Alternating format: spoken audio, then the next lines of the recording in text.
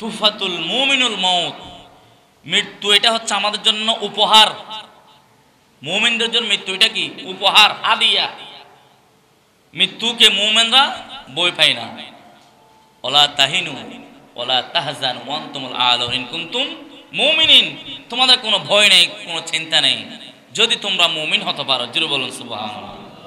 তো মুমিনরা আমরা 11টি মাস ইবাদত করে আসছি, মুমিন হয়েছে বিদায়। কিন্তু রমজানুল মুবারক মাসে একটু ইবাদতের মাত্রা বাড়িয়ে দিতে হবে।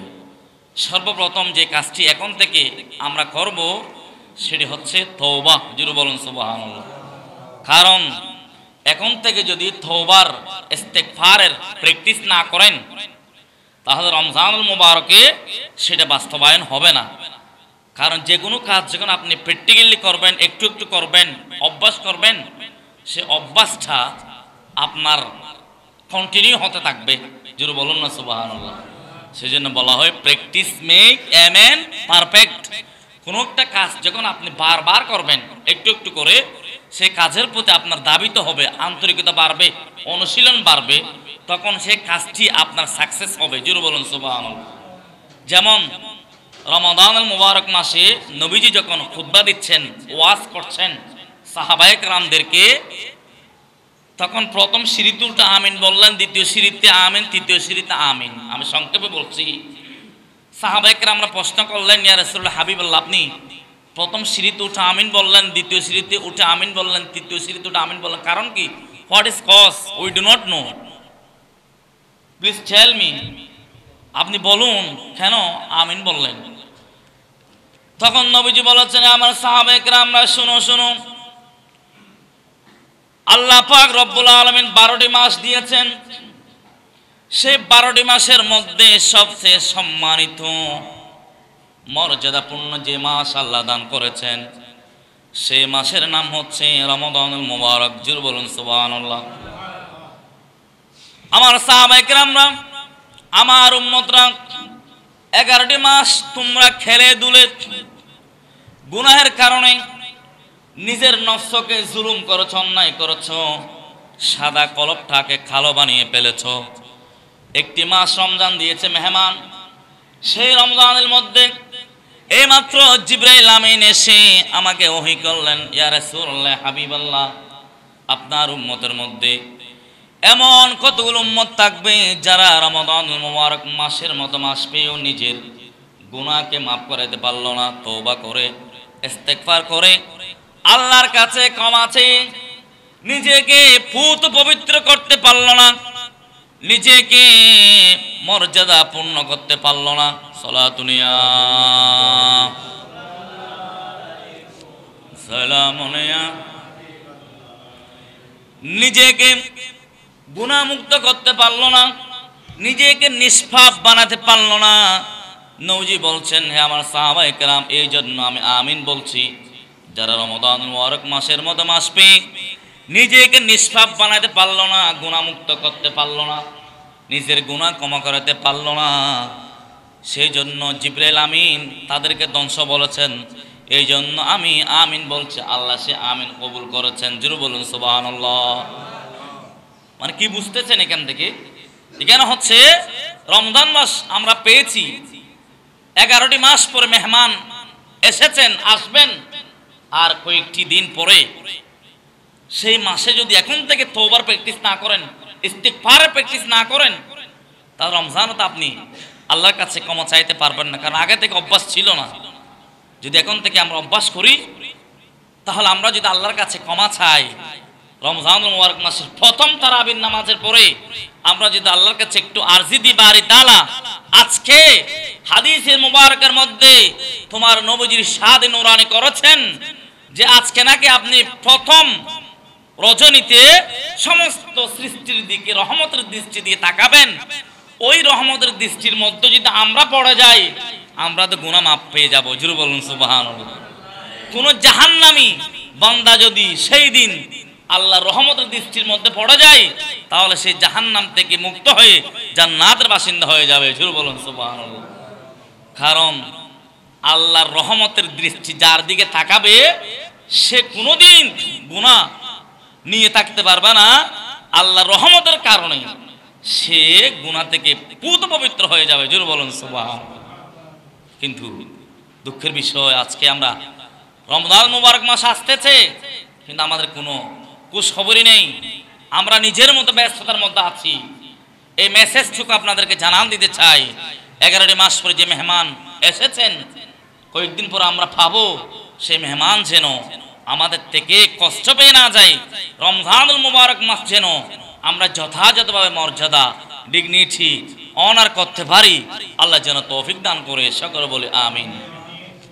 বুহারার একটা শহর আছে, সেই শহরের এক অগ্নি পূজারক বসবাস করত ওনার পরিবার নিয়ে।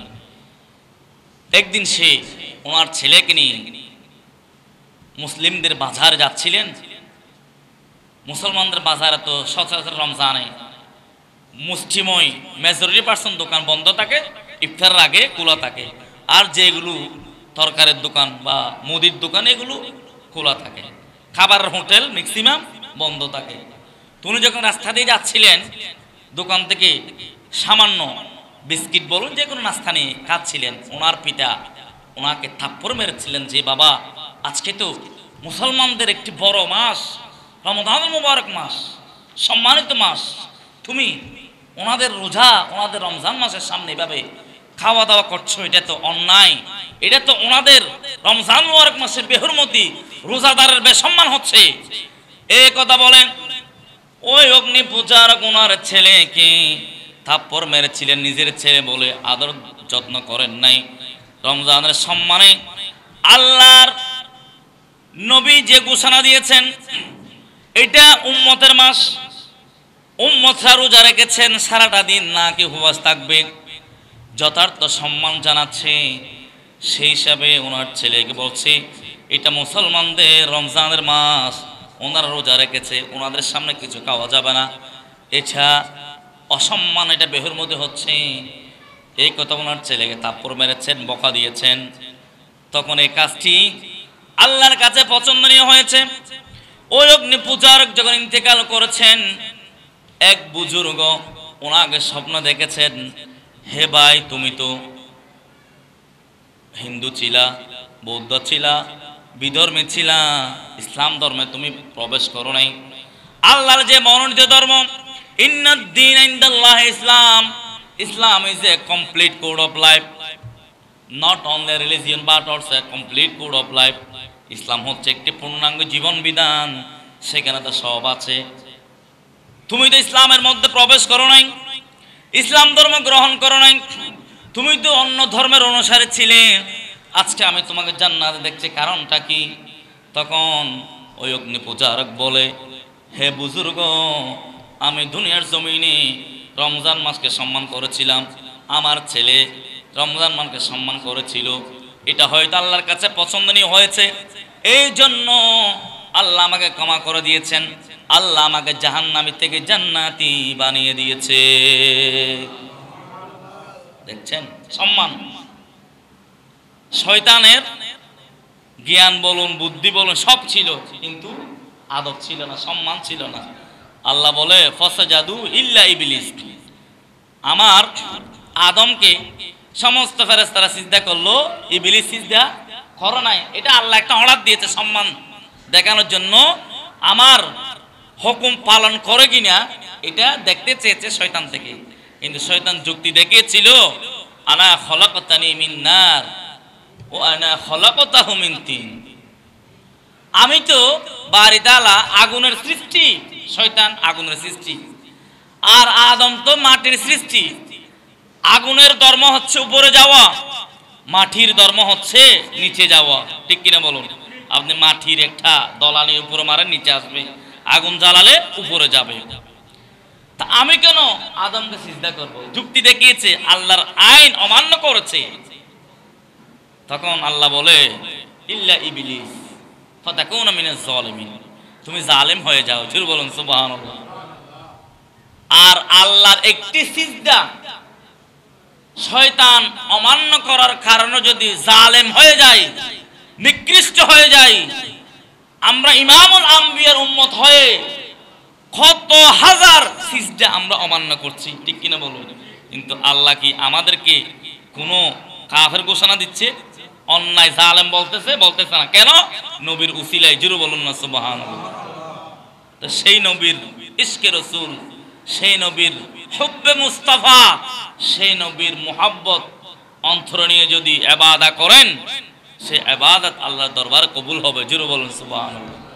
এই যে আমরা রোজা রাখবো, রোজা রেখেছেন কে? নবী রেখেছেন। কিন্তু তখনকার রোজা একটু ভিন্ন ছিল, এক এক নবীর উম্মতের এক এক রোজা ছিল। আমি এটা বলতে চাচ্ছি যে রমজানুল মুবারক মাস আসার আগে আমাদের একটু তওবা করতে হবে, ইস্তেগফার করতে হবে। এই একটা গেছে। এরপরে দ্বিতীয় নম্বরে রমজান মাস যে আমরা পাবো, পাওয়ার পরে রোজার যে মানসিক প্রস্তুতি নেওয়া, রোজার একটা মানসিক কি আছে? প্রস্তুতি আছে। আপনি রোজা রাখবেন, সেই রোজার কতগুলো বাধার আছে, সেগুলো আপনাকে আগে থেকে প্রস্তুতি নিয়ে রেডি করতে হবে। তখন আপনি স্বস্তির সাথে রোজা রাখতে পারবেন। এখন যদি আগে থেকে যদি আপনি সেহরির ইন্তজাম না করেন, তাহলে আপনি তো কি দিয়ে সেহরি করবেন, এটার টেনশনে আপনার রোজা এলোমেলো হয়ে যাবে, টেনশনে পড়ে যাবেন, বুলো ফানে খেয়ে ফেলবেন, ওই রকম হয়ে যাবে। তাহলে রমজানের সমস্ত প্রস্তুতি এখন থেকে নিয়ে নিতে হবে আপনাকে। আপনি 30টা দিন বা 29টা দিন কিভাবে কাটাতে চান? ব্যবসা আপনি কয় ঘন্টা করতে চান? রমজানে তো তারাবির নামাজ আছে, নাকি তারাবির নামাজ বাদ দিয়ে আপনি ব্যবসা করবেন? এই মন মানসিকতা একটু রেখে দিতে হবে। যেহেতু একটি মাস আসতেছে, তারাবি 20 রাকাত, একটি বছর পর আর 11টা মাসটা আমরা তারাবি পাবো না। তো একটি ঘন্টার জন্য যদি আপনারা কোরআনের কারীমের তিলাওয়াত তারাবির নামাজের মাধ্যমে শুনেন, তাহলে রমজান এমন মাস যে একটি খতম যদি আপনি দেন, 70টি খতম দেওয়ার সওয়াব। সুবহানাল্লাহ বলুন। একবার সুবহানাল্লাহ বললে 1000 বার সুবহানাল্লাহর সমান। সুবহানাল্লাহ বলুন। নফল পড়লে ফরজের সওয়াব। সুবহানাল্লাহ বলুন। ফরজ পড়লে 70টি ফরজের সওয়াব। বলুন সুবহানাল্লাহ। এগুলো অন্য কোনো মাসে নেই। নবীজি বলেছেন, কুল্লু আমালিন ইবনু আদম ইউদাআফু লাহুল হাসানাতু আশরু আমসালিহা। আল্লাহ তো চাইলে 10 গুণ থেকে 700 গুণ বৃদ্ধি করতে পারে, কিন্তু ইল্লা সাওম, রোজা ব্যতীত, রোজার সওয়াব আল্লাহ স্বয়ং কুদরতি হাতে দান করবেন। জোরে বলুন সুবহানাল্লাহ। রোজার এত ফজিলত, এত মর্যাদা। তাহলে তৃতীয় নম্বরে রমজানের সব উপকারিতা স্মরণ করা। রমজানের যে ফজিলত আছে, উপকারিতা মানে ফজিলত, যে ফজিলত আছে, যেমন রোজার ফজিলত আছে, ইফতারের ফজিলত আছে। আপনি ইফতারি মানুষদেরকে করালে এটার সওয়াব আপনি পাচ্ছেন, সেহরি মানুষদেরকে করালে সওয়াব পাচ্ছেন, রমজানে পিতা মাতার জন্য, মুরব্বীদের জন্য খতম কোরআন করাইলে এটা সওয়াব পাচ্ছেন। এইভাবে যে উপকারগুলো জেনে যখন আপনি আমল করবেন, তাহলে আপনার ডাবল সওয়াব আপনার আমল নামায় ফেরেশতারা লিখে দিবেন। জোরে বলুন সুবহানাল্লাহ। চতুর্থ নম্বর, রমজান শুরু হওয়ার আগে থেকে আপনাকে রোজা চেষ্টা করতে হবে। যেমন এই শাবানুল মুআজ্জম চলতেছে, এখন থেকে যদি কয়েকটা রোজা আপনি রেখে দেন, তাহলে রমজান আপনার টায়ার্ড লাগবে না। যেহেতু আপনার এখন থেকে কি আছে? প্র্যাকটিস আছে, অভ্যাস আছে। সেই জন্য যে কয়দিন আছে, যারা রোজা রাখেন না, কয়েকটি রোজা কি করবেন? রাখবেন। একটু দেখবেন যে রমজানের রোজা কিরকম হতে পারে, এখন রাখলে একটা অভ্যাস হয়ে যাবে। জোরে বলুন না সুবহানাল্লাহ। এরপরে পঞ্চম নম্বরে, যাবতীয় গুনাহ থেকে আল্লাহর কাছে ক্ষমা চাইতে হবে এখন থেকে।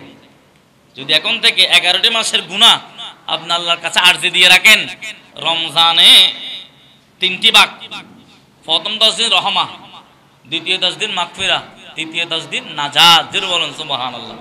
তো প্রথম 10 দিন আল্লাহ রহমত বর্ষণ করবেন, দ্বিতীয় 10 দিনে তো আল্লাহ ক্ষমা করতেই থাকবেন, তৃতীয় 10 দিনে সেখানে অসংখ্য জাহান্নামীদেরকে আল্লাহ জান্নাতি বানাবেন। জোরে বলুন না সুবহানাল্লাহ। এরপরে ষষ্ঠ নম্বরে, ফরজ রোজার যে নিয়ম, সেই নিয়মগুলো আপনাকে মেনে চলতে হবে। যেমন রোজা ভাঙ্গার যে কারণ, এগুলো আপনাকে জেনে নিতে হবে। বা আপনার যদি সেইগুলো জানার সময় না থাকে, মসজিদের ইমাম খতিবদের সাথে যোগাযোগ করে আপনি শরীয়তের যে রোজার মাসআলা মাসাইল, এগুলো আপনাকে জেনে নিতে হবে। কারণ শুধু সারাটা দিন উপবাস থাকলেন, গর্হিত কাজ, গুনাহের কাজ এগুলো চালিয়ে গেলেন, তাহলে রোজার বের মধ্যে হচ্ছে। তখন নবীজি বলেছেন, তুমি যদি রোজা রাখার পরে অন্যায় অশ্লীল কাজের মধ্যে ব্যস্ত থাকো, তাহলে তুমি রোজা না রেখে এমনি যদি অন্য দিনের মধ্যে কাটাও, তাহলে তোমার ওই সমান, রোজা রেখে না রেখে তোমার সমান। কারণ তুমি সারাদিন উপবাস থেকে লাভটা কি? নামাজ পড়তেছে না, তারাবি পড়তেছে না, মিথ্যা বলতেছে, অন্যায় করতেছে, গুনাহের কাজ করতেছে, এটা বলতেছে।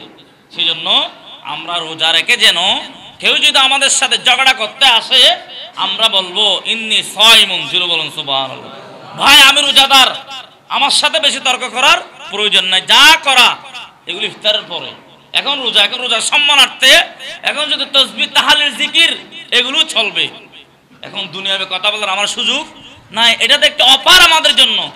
বিভিন্ন কোম্পানি অফার দেয় না? রবি কোম্পানি বলুন, এয়ারটেল কোম্পানি বলুন, যত কোম্পানি আছে একটা কি দে, অফার দে, একটা সীমিত সময়ের জন্য এই অফারগুলো। এই 30টি দিন 29 আমাদের জন্য অফার। আপনি যত করবেন এই 29 দিনের ভেতরে, 30 দিনের ভেতরে করে ফেলতে হবে। যদি করে নিতে পারেন তাহলে you are a successful person in this world. জোরে বলুন সুবহানাল্লাহ। সালাতুনিয়া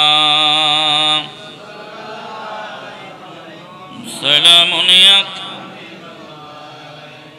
অতীতে অনেক রোজাগুলো হয়তো অসুস্থতার কারণে আপনি থাকতে পারেন নাই, ওই খাজা রোজাগুলো এই মাসে কি করে দিতে হবে? খাবার করে দিতে হবে, রেখে দিতে হবে, তখন রমজানের প্রস্তুতি হয়ে যাবে। এরপরে 24টি ঘন্টা একটি রুটিন করে ফেলতে হবে।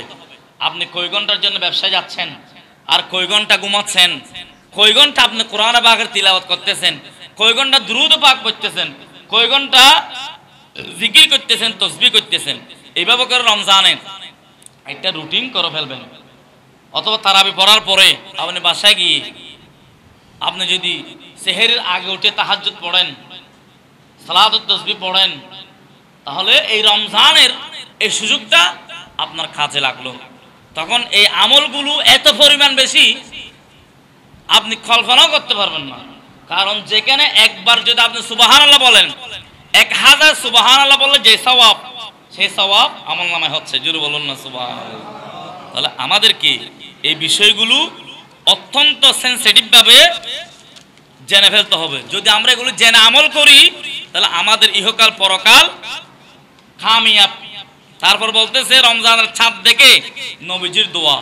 নবীজি সাল্লাল্লাহু আলাইহি সাল্লাম রমজানের যখন চাঁদ, নতুন চাঁদ উদিত হতো, একটি দোয়া পড়তেন, আল্লাহুম্মা আহিল্লাহু আলাইনা বিল আমনি ওয়াল ঈমান ওয়াস সালামাত ওয়াল ইসলাম ওয়াত তাওফীক লিমা তুহিব্বু ওয়া তারদা। আপনি শুধু রমজানের চাঁদ না, নতুন মাসের চাঁদ উদিত হলে দোয়া পড়া। আর রমজানের আসার আগে তো রাসূল সবসময় দোয়া করতেন, আল্লাহুম্মা বারিক লানা ফি রজবা ওয়া শাবান ওয়া বাল্লিগনা রমাদান। জোরে বলুন সুবহানাল্লাহ।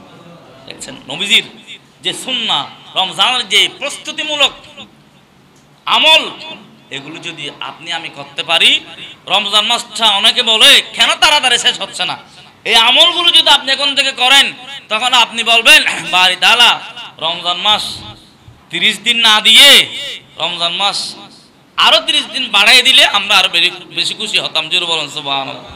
যেমন ঈসা আলাইহিস সালামের উম্মতের জন্য 60 দিন রমজানের রোজা ফরজ ছিল, কিন্তু আদম আলাইহিস সালামের 3টি রোজা ফরজ ছিল। প্রথম এখান থেকে রোজার সূচনা, আইয়ামে বীজের রোজা, যেটাকে আমরা বলি 13, 14, 15। এখন এটার একটা ইতিহাস আছে। ইতিহাস মানে এটা আইয়ামে বীজের রোজা কেন হলো? হযরত আদম সফিউল্লাহ আলাইহিস সালাম প্রথম কোথায় ছিলেন বলুন তো? জান্নাতে ছিলেন। জান্নাত থেকে যখন উনি দুনিয়ার জমিনে এসেছে, তখন জান্নাতের পরিবেশ একরকম, দুনিয়ার পরিবেশ আরেক রকম। আমার মধ্যে ছিল, দুনিয়ার পরিবেশে যখন এসেছে তখন ওনার চেহারা কালো হয়ে যাচ্ছে, চামড়া কালো হয়ে যাচ্ছে। তখন জিবরিল আমিনকে আল্লাহ পাঠালেন, যাও জিবরিল, আমার আদম কি আগের মতো জান্নাতের পরিবেশের মতো সুন্দর হতে চায় কিনা জিজ্ঞেস করো তো। জোরে বলুন না সুবহানাল্লাহ। জিবরিল আলাইহিস সালাম আদম আলাইহিস সালামের কাছে এসে বললেন, হে আদম, আপনি তাকে জান্নাতের পরিবেশে ছিলেন, জান্নাতের ভেতরে ছিলেন, আর দুনিয়ার জমিন এসে আপনার চেহারা মলিন হয়ে যাচ্ছে, কালো হয়ে যাচ্ছে, চামড়া স্কিন নষ্ট হয়ে যাচ্ছে, আপনি কি আগের মতো সুন্দর হতে চান নাকি? তখন আদম আলাইহিস সালাম বলছে আমি সুন্দর হতে চাই। তখন জিবরিল আমিন বলছেন তাহলে আপনি তিনটি কাজ করবেন। আল্লাহ আপনাকে অর্ডার দিয়েছে তিনটি রোজা রাখবেন, একটি হচ্ছে 13, আরেকটি 14, আরেকটি 15, যেটাকে বলা হয় আইয়ামে বীজের রোজা। জুড়ে বলুন সুবহানাল্লাহ। তখন এই রোজা ফরজ ছিল। রাসূল যখন মক্কা থেকে মদিনা হিজরত করছেন তখন এই রোজা রেখেছেন, আসরের রোজাও রেখেছেন। তখন যখন বদরের যুদ্ধের আগে দ্বিতীয় হিজরত যখন রমজান রোজা ফরজ হচ্ছে তখন ওই রোজাগুলো নফল হয়ে গেছে, রমজান রোজা ফরজ হয়ে গেছে। জুড়ে বলুন সুবহানাল্লাহ। তো আদম আলাইহিস সালামকে যখন নির্দেশ দিলেন আদম তুমি 13 তারিখ রোজা রাখো, 14 তারিখ রোজা রাখো, 15 তারিখ রোজা রাখো। আদম আলাইহিস সালাম নির্দেশ মতো প্রথম দিন রোজা রাখলেন। রাখার পরে শরীরের এক অংশ সুন্দর হতে লাগলো। জুড়ে বলুন না সুবহানাল্লাহ। দ্বিতীয় দিন রোজা রাখলো, আরেকটু সুন্দর হতে লাগলো। তৃতীয় দিন রোজা রাখলো, আরেকটু সুন্দর হতে, একেবারে পরিপূর্ণ সুন্দর সুদর্শন, আগে যেভাবে জান্নাত পরিবেশে ছিল সেরকম হয়ে গেছে। জুড়ে বলুন না সুবহানাল্লাহ। এটাকে বলা হয় আইয়ামে বীজের রোজা। জুড়ে বলুন সুবহানাল্লাহ। এগুলো আমাদেরকে অত্যন্ত মনোযোগ সহকারে আমল করতে হবে। কারণ এই রমজান মাস যদি কোনো কারণে আপনি যদি গুনাহ মাফ করাইতে না পারেন তাহলে আপনার মতো হতভাগা আর কেউ নেই। কারণ নবী তো ঘোষণা দিয়েছেন সেই ধ্বংস হয়ে যাক যে রমজান মাস পেয়ে নিজের গুনাহ ক্ষমা করতে পারলো না। এই তোর বদদুয়া আর কি হতে পারে? নবীজি দোয়া করেছেন। তো আমরা যদি রমজান মাসটাকে প্রথম দিন তারাবির নামাজ পড়ে পরের দিন সেহরিকে রোজা রেখে যদি নামাজ কালাম যা আছে তাসবিহ তাহলিল কোরআনে পাকের তিলাওয়াত নিজে যদি করতে না পারেন, যারা করতে জানে তাদের দিয়ে যদি আপনি পাশে বসে শুনেন তাও 70 খতমের সওয়াব। জোরে বলেন সুবহানাল্লাহ। এই সুযোগ যেন আমাদের থেকে ছুটে না যায়। 11টি মাস দোকানের মধ্যে আড্ডা দিয়েছিলাম, ওই একটি মাস 1 ঘন্টা আমরা দোকানে বসবো না, ওই দোকানে না বসে মসজিদের বারান্দায় যে তাসবিহ নিয়ে দুরূদ পাক পড়বো। জোরে বলেন সুবহানাল্লাহ। নবীর দুরূদ পাক পড়বো। কোরআন পড়তে না পারলে ধরে আঙ্গুল দিয়ে এরকম ইশারা ইশারায় আঙ্গুল নাড়াচাড়া করবো। পড়তে না পারলে দেখলে সওয়াব আছে। জোরে বলুন সুবহানাল্লাহ। তুলসী পড়েন আল্লাহুম্মা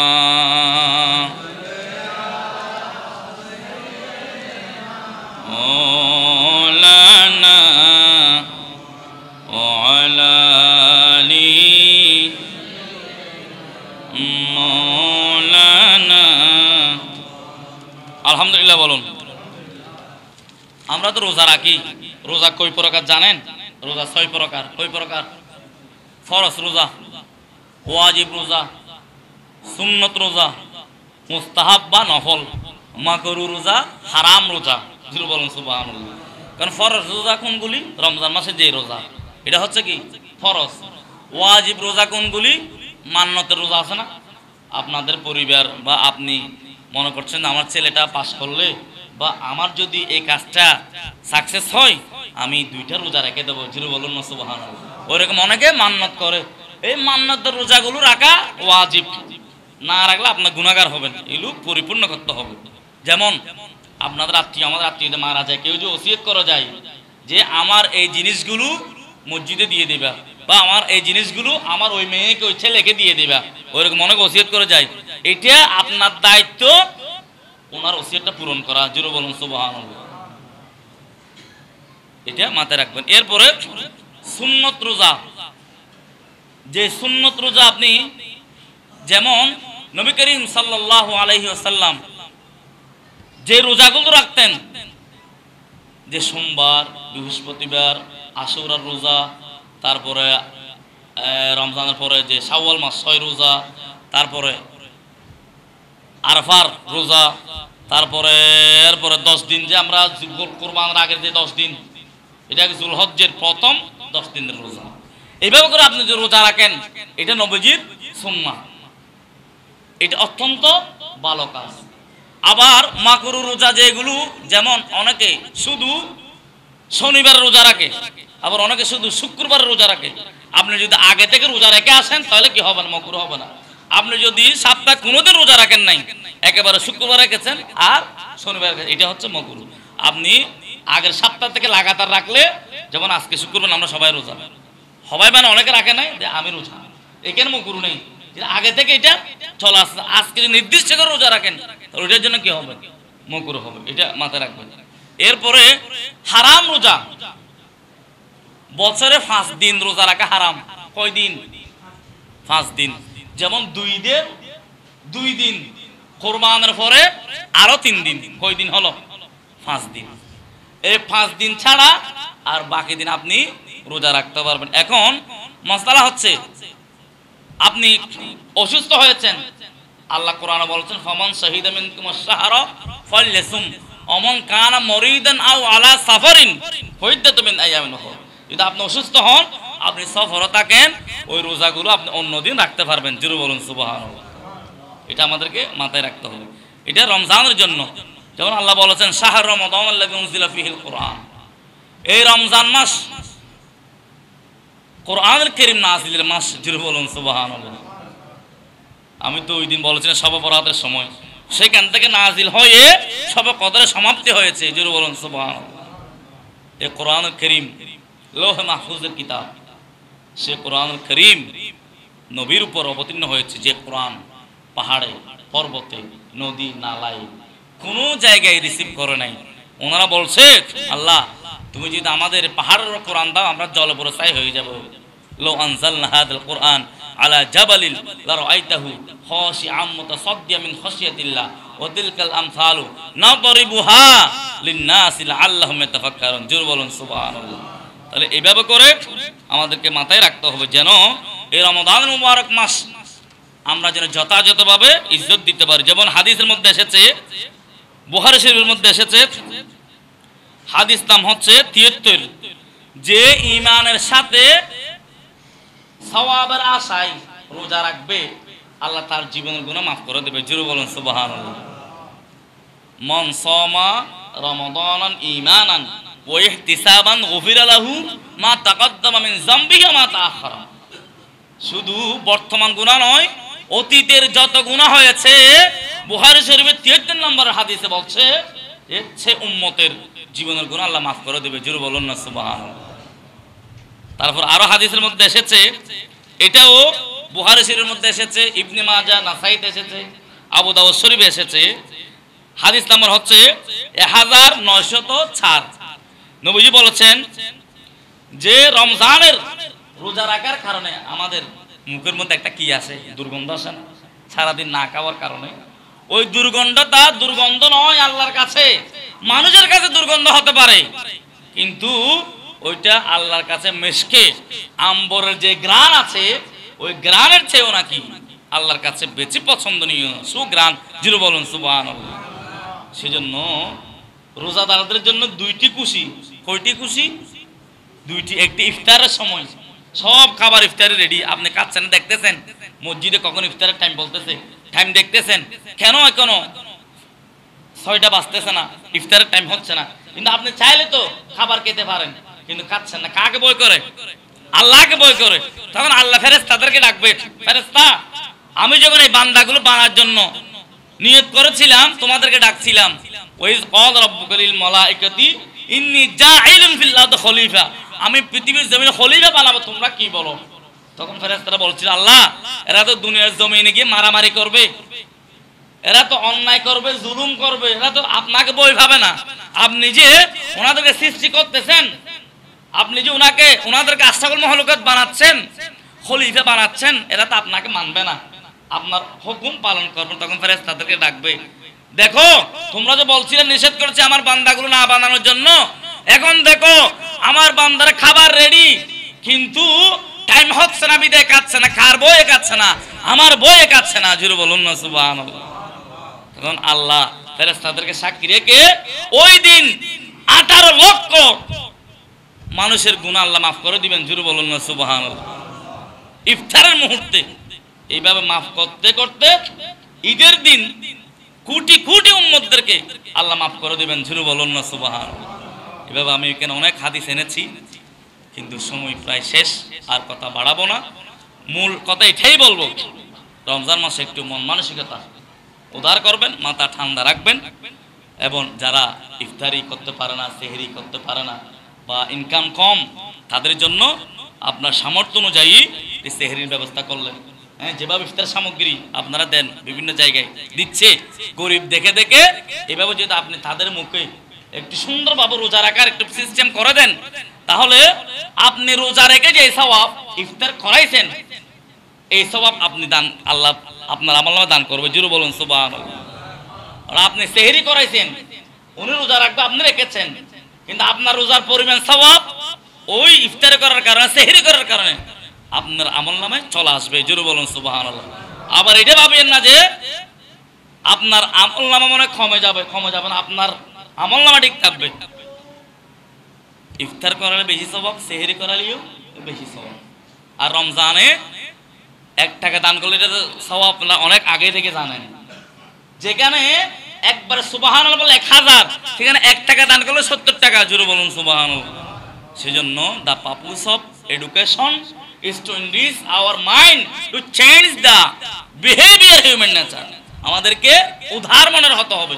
এতদিন আমরা সংকীর্ণ মনের থাকলেও রমজান মাসে যেন আমাদের হাত, আমাদের মন মানসিক উদার করে ফেলি, যেন আমরা আমাদের অধীনে বা আপনাদের অধীনে যারা স্টাফ থাকবে তাদের কাজের একটু হালকা করে দিবেন। তাদের কাজ যদি 8 ঘন্টা 10 ঘন্টা থাকে, 2 ঘন্টা 1 ঘন্টা কমিয়ে দিবেন রমজানের সম্মানার্থে, বা ইফতার আগে একটু ছুটি দিয়ে দিলেন। তারাদের যেন একটা পরিবার আছে, ওই চিন্তা করে আমাদেরকে ব্যালেন্সের মধ্যে নিয়ে আসতে হবে, একটা হিসাবের মধ্যে নিয়ে আসতে হবে। এইভাবে যদি আপনি রমজানকে সম্মান করেন, ওই অগ্নি পূজারী যেভাবে জান্নাত পেয়েছিল, খোদাকে কসম, রমজানকে সম্মান করার কারণে, রোজাকে সম্মান করার কারণে, ইফতারিকে সেহরিকে সম্মান করার কারণে, তারাবির নামাজকে সম্মান দেওয়ার কারণে, হাফেজে কোরআনকে সম্মান দেওয়ার কারণে আল্লাহ আপনাকেও জান্নাতের মধ্যে আপনার নাম লিপিবদ্ধ করে দেবেন। জোরে বলুন সুবহানাল্লাহ। মুহতারাম হাজিরিন, কোরআন হাদিসের কথা বলতে গেলে এখানে আরো 10-12টা হাদিস অনুবাদ রয়ে গেছে। ইনশাআল্লাহ ধারাবাহিকভাবে আপনি কোরআন হাদিস এগুলো আমি তো আগেই বলি, এটা এমন একটা বিষয়, শুরু আছে শেষ নাই। জোরে বলুন না সুবহানাল্লাহ। কোরআন হাদিসের মুজিজা কি? শুরু হবে নবীর সম্মান, নবীর তারিফ, আল্লাহর কথা, নবীদের কথা, সাহাবায়ে কেরামের কথা, রাত চলে যাবে, দিন চলে যাবে, তারপর এগুলো শেষ হবে না। জোরে বলুন না সুবহানাল্লাহ। আল্লাহ আমাদেরকে রমজানের সমস্ত প্রস্তুতি গ্রহণ করে 30টি বা 29টি রোজা আমরা যেন তারাবির নামাজের মাধ্যমে সমস্ত ইবাদতগুলো আমরা করতে পারি। আল্লাহ যেন তৌফিক দান করে। সকলে বলে আমিন। মা তৌফিক ইল্লা বিল্লাহ। আসসালামু আলাইকুম ওয়া রাহমাতুল্লাহি ওয়া বারাকাতুহু।